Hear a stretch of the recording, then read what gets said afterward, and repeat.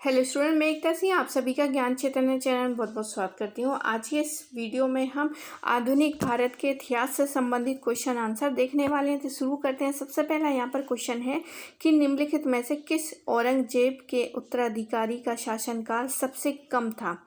तो यहाँ पर जहांदार शाह जो है वो यहाँ पर सही हो जाएगा।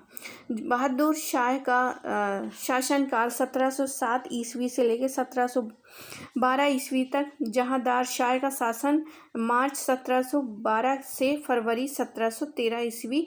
मोहम्मद शाह का शासनकाल सितंबर 1719 से अप्रैल 1748 ईस्वी तक। अहमद शाह का शासन और अहमद शाह का शासन जो है 1748 से लेके 1755 तक का था।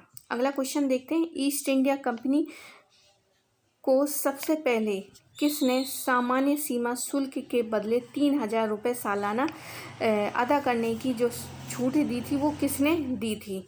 तो राजकुमार सूजा ने दी थी। तो यहाँ पर क्या हो जाएगा? बी ऑप्शन यहाँ पर सही है। आगे देखते हैं। बंगाल के किस नवाब ने यूरोपियों की तुलना मधुमक्खियों से की थी? तो अलीवर्दी खान यहाँ पर सही आंसर हो जाएगा।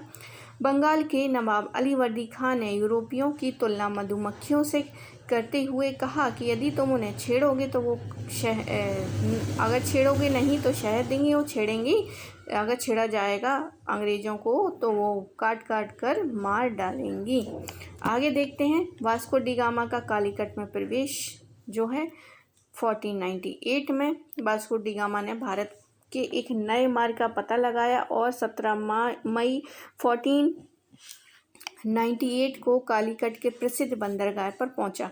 वास्को डी गामा को कालीकट के हिंदू राजा से उसकी पैतृक उपाधि जरोरिन थी और मैत्रीपूर्ण बर्ताव मिला था। आगे देखते हैं।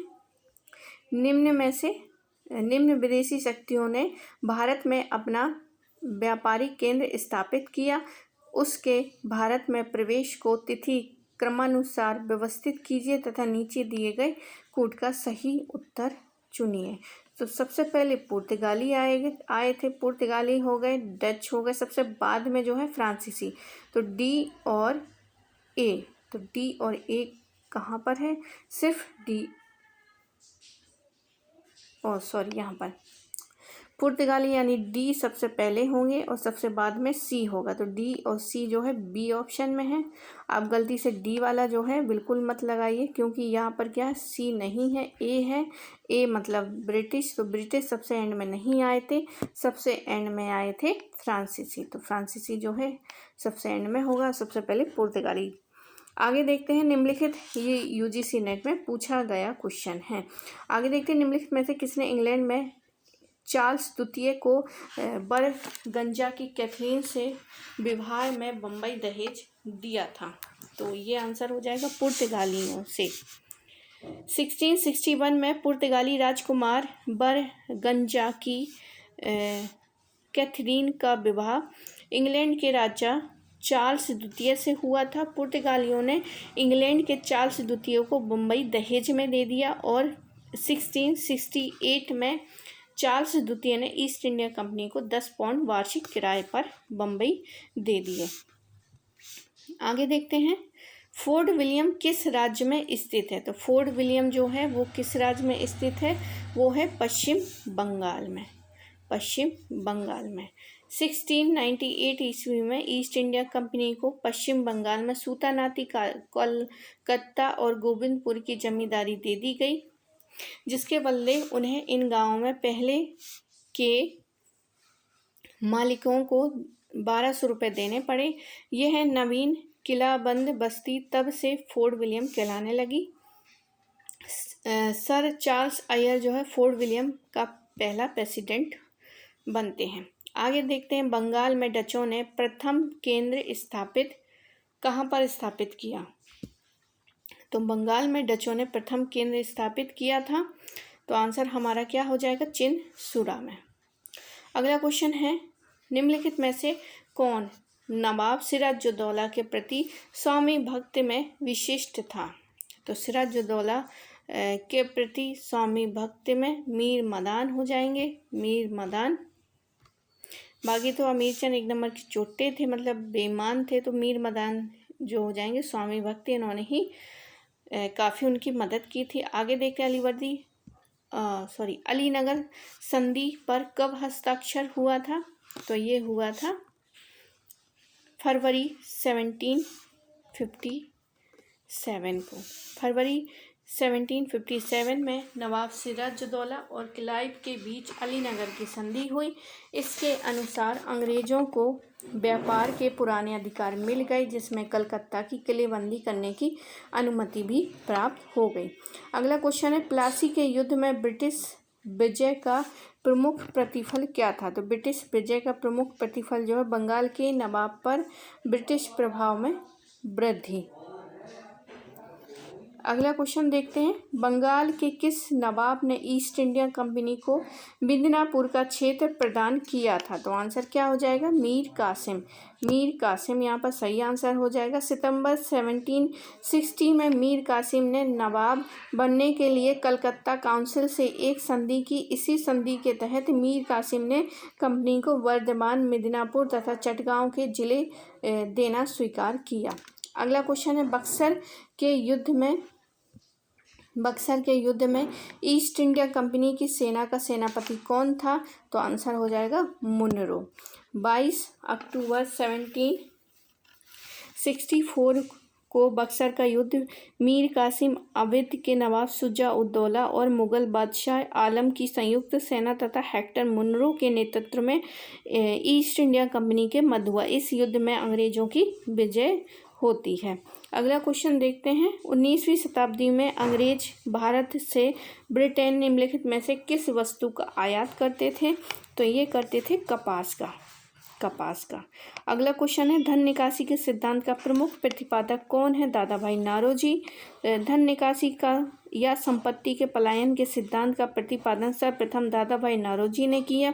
2 मई 1867 ईस्वी को लंदन में हुई ईस्ट इंडिया कंपनी एसोसिएशन की बैठक में पढ़े गए अपने लेखों में इंग्लैंड डेड टू इंडिया में इस मान्यता को प्रस्तुत किया कि ब्रिटेन भारत में अपने शासन की कीमत के रूप में उस देश की संपदा को उस देश से छीन रहा है।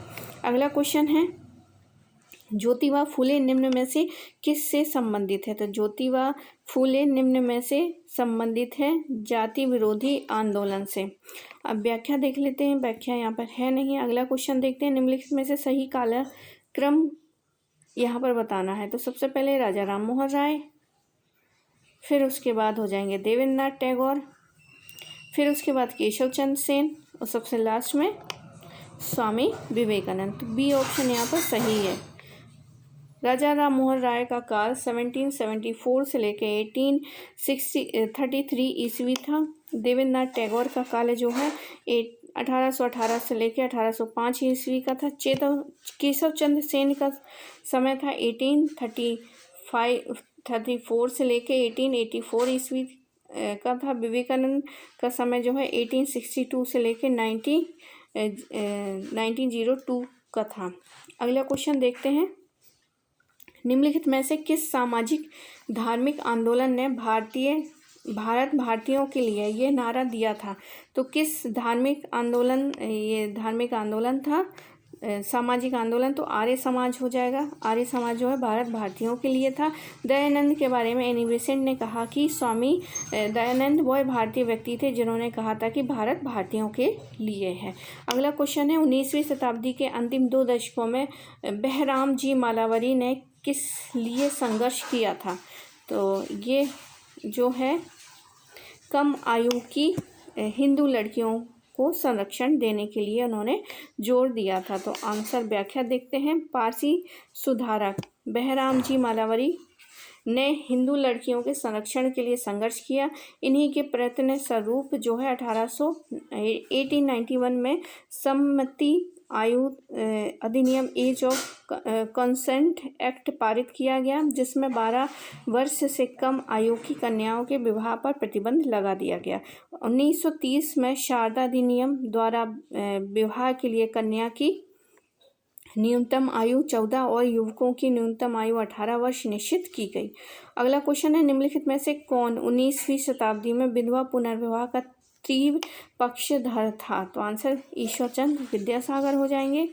ईश्वरचंद्र विद्यासागर संस्कृत कॉलेज कलकत्ता के आचार्य थे। विद्यासागर विधवा विवाह के पक्षधर थे। उन्होंने पुराने संस्कृत और वैदिक उल्लेखों से यह सिद्ध किया कि वेद विधवा विवाह की अनुमति देता है। उन्होंने एक सहस्त्र हस्ताक्षरों से अनुमोदित एक प्रार्थना पत्र भारत सरकार को भेजा और अंत में हिंदू विधवा पुनर्विवाह अधिनियम 1856 का अधिनियम 15 से विधवा विवाह को वैध मान लिया गया और उस विवाह से उत्पन्न बालक वैध घोषित किए गए। अगला क्वेश्चन है, भारत में तत्वबोधिनी सभा की स्थापना किसने की थी? तो बंगाल में तत्वबोधिनी सभा की स्थापना देवेंद्रनाथ टैगोर ने की थी। राम मोहन राय के पश्चात ब्रह्म समाज का नेतृत्व देवेंद्रनाथ टैगोर ने किया था। 1839 ईस्वी में उन्होंने तत्वबोधिनी सभा बनाई जो 1842 ईस्वी में ब्रह्म समाज में मिला दी गई। उन्होंने बांग्ला भाषा में तत्वबोधिनी नामक एक पत्रिका भी प्रकाशित की थी। आगे है, भावी आंदोलन का मुख्य लक्ष्य क्या था? तो भावी आंदोलन का मुख्य लक्ष्य जो है इस्लाम को शुद्ध करना था। तो बी ऑप्शन सही हो जाएगा। मुसलमानों की पाश्चात्य प्रभावों के विरुद्ध सर्वप्रथम जो प्रतिक्रिया हुई उसे वहाबी आंदोलन अथवा वली उल्लाह आंदोलन के नाम से भी स्मरण किया जाता है। वास्तव में यह पुनर्जागरणवादी आंदोलन था। शाह वली उल्लाह 18वीं शताब्दी में भारतीय मुसलमानों के वह प्रथम नेता थे जिन्होंने भारतीय मुसलमानों में हुई गिरावट पर चिंता प्रकट की। उन्होंने मुसलमानों के रीति रिवाज से तथा मान्यताओं के कुरीतियों की ओर ध्यान दिलाया। अगला क्वेश्चन है, निम्नलिखित में से किसने गोरक्षा समिति स्थापित की थी? तो गोरक्षा समिति स्थापित की थी महात्मा गांधी जी ने। अगला क्वेश्चन है, 1858 के उपरांत समाज सुधार के प्रति भारत सरकार की क्या नीति थी? तो भारत सरकार की नीति थी उससे अलग रहने की। व्याख्या देख लेते हैं। व्याख्या देखते हैं यहाँ पर 1858 में के उपरांत समाज सुधार के प्रति भारत की संस्कार की नीति उससे अलग रहने की थी। 1858 की घोषणा में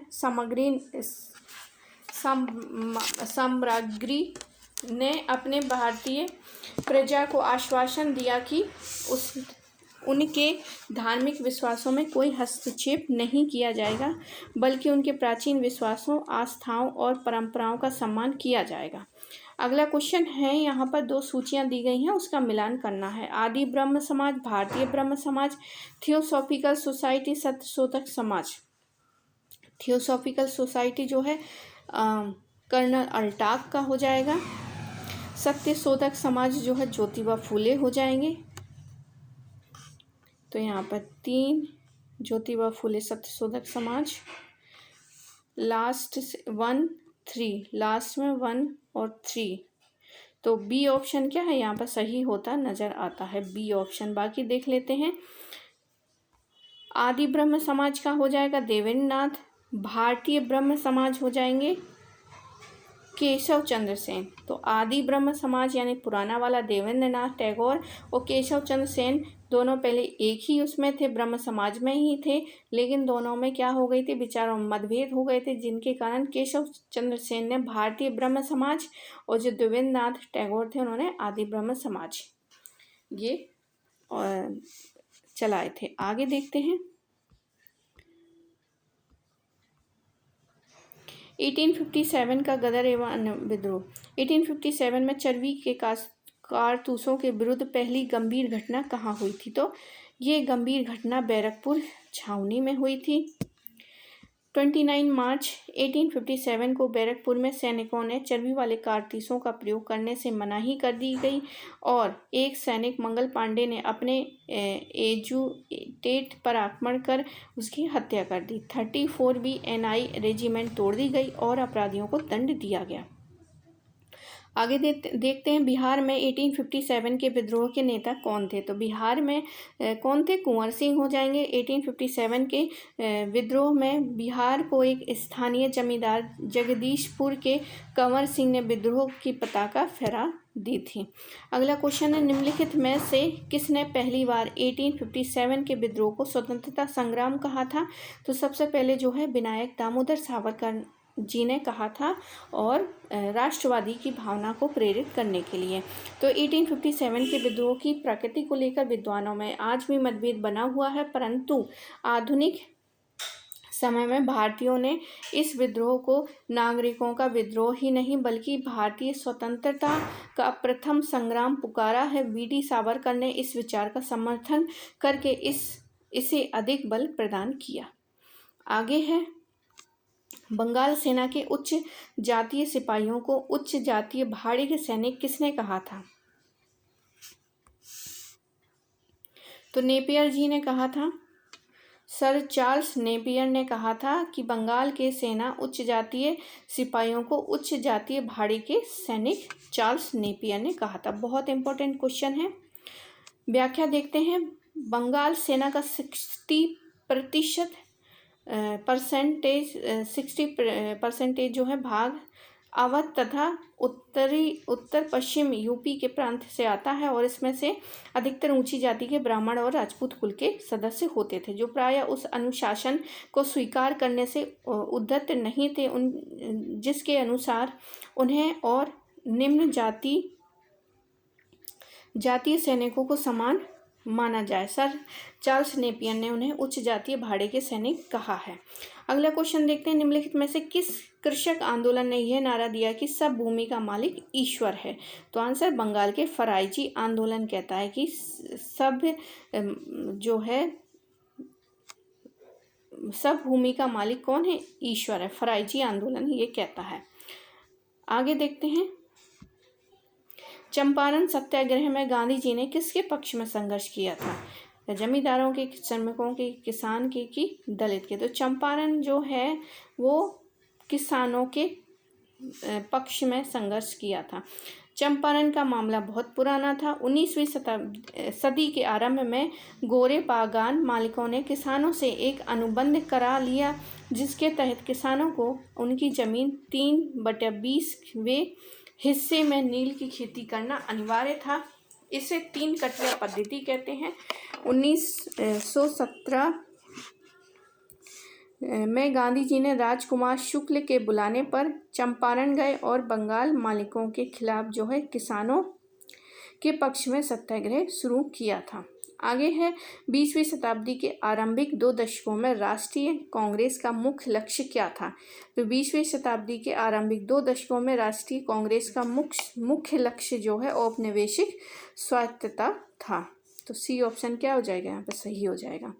इंडियन नेशनल कांग्रेस की प्रथम महिला अध्यक्ष कौन थी? प्रथम महिला अध्यक्ष पूछी है तो एनी बेसेंट हो जाएगी। भारतीय प्रथम महिला पूछा जाएगा तो सरोजनी नायडू हो जाएगा। इंडियन नेशनल कांग्रेस का 32वां अधिवेशन दिसंबर 1917 में कलकत्ता में हुआ। इस अधिवेशन की अध्यक्षता श्रीमती एनी बेसेंट की थी।